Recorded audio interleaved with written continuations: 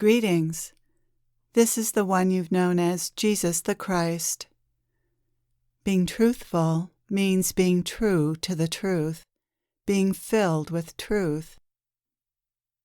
The problem is that in this world where you experience yourself as both the ego, the false self, and divine, you experience two versions of the truth, your ego's truth and the truth with a capital T. When I say truth, I'm not only referring to facts, such as the sun being 93 million miles from the earth, but the truth about life, about reality. That is where there are two versions of the truth. Because the ego sees life through a distorted lens, it can't see the truth about life. It sees only its truth, its narrow, distorted, and therefore untrue perspective. For example, the ego sees others as separate and different from itself, while the truth is that everyone is an expression of the One, although appearing different. The ego sees life as cruel, while the truth is that life is benevolent. The ego sees the situation as me against the world, while the truth is that guiding forces are directing help and support to you every moment of your life. The ego sees something as dirty, broken, or old, while the truth is that everything is just so, perfect in its imperfection, perfectly falling apart, just as it's meant to be. These two viewpoints result in very different inner experiences. Seeing the truth with a capital T results in peace and contentment, while seeing through the ego's eyes results in discontentment, dis-ease, and unhappiness. The ego's truth is not the truth, and the proof of this is that seeing through the ego's eyes feels terrible most of the time, while seeing through the eyes of truth with a capital T feels good. You feel at peace, restful, at one with life. You fall into the mystery, and the mystery is good. How your body feels is an excellent guide for gauging whether you're aligned with the truth or not. Are you relaxed or are you tense? It is that simple. Tension signals identification with the ego, while relaxation is a sign that you are aligned with your divine self. It is also simple enough to shift your state by doing something that causes you to go from tense to relaxed. Any number of things can perform this magic trick, stopping whatever you're doing and just being for a few moments, taking some slow, deep breaths, smiling, reciting a mantra or an uplifting phrase, praying for help, paying attention to the sounds in your environment or the sensations in your body, putting on some music, shifting your attention to something that is beautiful in your environment, sending love to someone or something, or just thinking of someone you love, even dancing or singing a favorite song. There are many, many things that can shift your consciousness, and some will work better for you than others.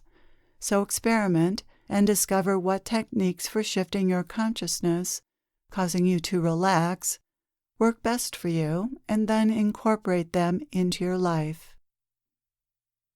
How hard is it to relax? It's really very easy. If you stop often enough in your day to take a moment to relax, you'll learn to relax quickly. However, if you let yourself remain stressed out for extended periods, becoming relaxed will take much longer. Relaxing is a skill that's developed by practicing it, and it helps if you practice it regularly throughout your day. There isn't much encouragement in the world among egos to do this, so you're going against the crowd when you make relaxation part of your life. But it's important to just stop and check in periodically and relax if you need to. If everyone in the world practiced relaxation more and could do it more readily, this would be a very different world. This is something that could easily be taught to children, and it would help them gain some control over their emotions, as it does for adults. If you practice relaxing throughout your day, you will find yourself aligned with your divine self more and more. Doing this will help you see life through your divine self's eyes, and that changes everything. It changes how you behave, and that, in turn, changes how others behave toward you. When your internal climate changes from tense to relaxed, from negative to positive, so does your life. When you start living in the truth with a capital T, you will finally be happy and in the flow. You will get more done and do it more efficiently, and you'll spend less time dealing with negative emotions, which sap your energy and take up your time. What exactly do I mean by living in the truth with a capital T?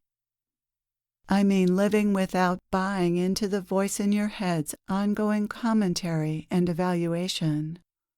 The voice in your head is how the ego is able to control you. The voice in your head is the ego's perspective. It's not yours, not your true self's. You cannot maintain the ego's perspective if you don't buy into the thoughts that run through your mind. All of the ways I just mentioned for moving from tension to relaxation accomplish the same thing. They get you out of your head and into your body and spiritual heart. When you stop identifying with the voice in your head, you're free to see life through the divine self's, your true self's, eyes. And through its eyes, life is good and you're happy. When you are truthful, full of truth, you are seeing life through the eyes of your wise self, which sees the bigger picture, the whole truth. For instance, the voice in your head might say, "That shouldn't have happened," while truthfully, given all that came before that event or any other, that had to happen. This is not to say that life is predestined, but that your desires are not the determinant of what should or should not, or will not happen. Things happen because everything that came before, everything going back throughout history, led to that happening. That is how the cards fell, and the falling of each card led to that result. That's the truth, and your desire or opinion or belief do not have the power to change that. Sometimes you are most truthful or full of truth when you say, "I don't know." From the perspective of your human self, you don't know very much. The ego doesn't know very much. But that doesn't stop the ego from pretending to know, even though much of what it knows or believes to be true is simply an opinion, a guess, or an assumption. For instance, the ego often pretends to know what's in someone else's heart or what someone else is thinking, and then states it as a fact. She's doing that to get attention, or he doesn't respect her. This is how the ego makes itself superior to others. Most of what the ego pretends to know is in service to feeling superior or right. These so-called truths from the voice in your head are not the truth. Here's another example. When you say, "That dress looks terrible on her," that is not the truth with a capital T, but the ego's truth. You might justify this by saying, "I'm just being honest," but that isn't honesty. Honesty involves integrity, truth with a capital T. Rather, a statement like that is just the ego's opinion, formed as the result of conditioning, and that opinion has no value.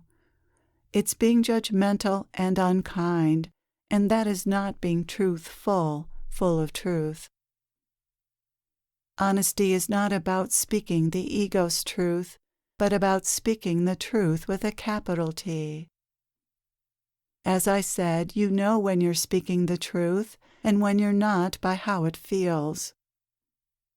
When you are speaking the truth, your divine self's truth, it feels good and everyone relaxes.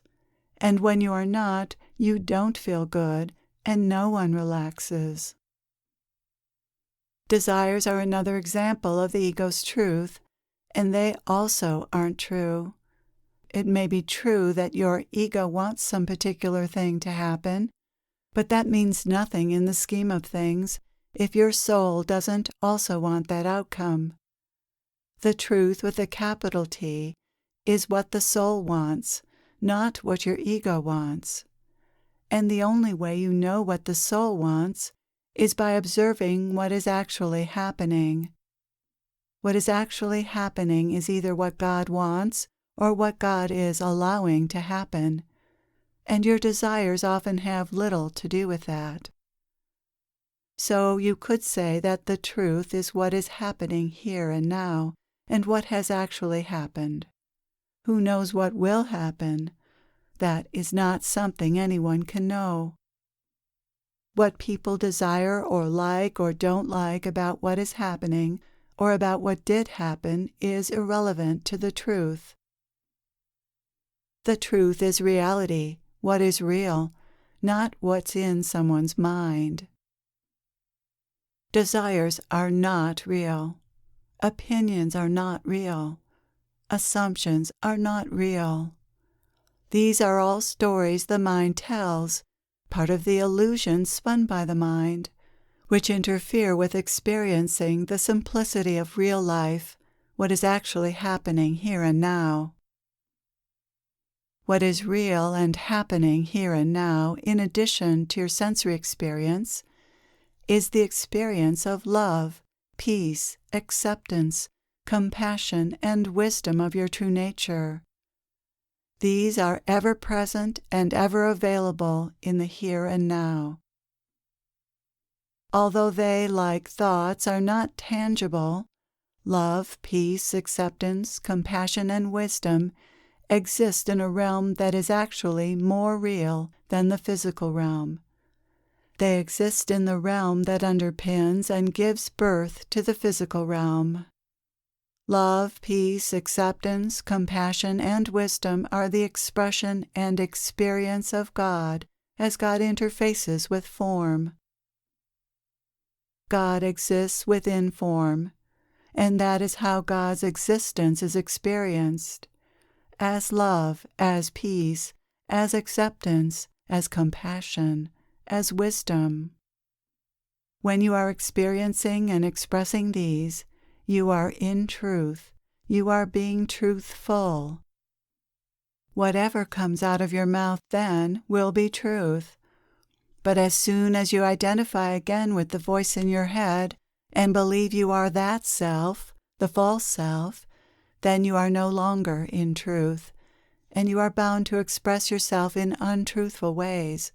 You will express the ego's truth.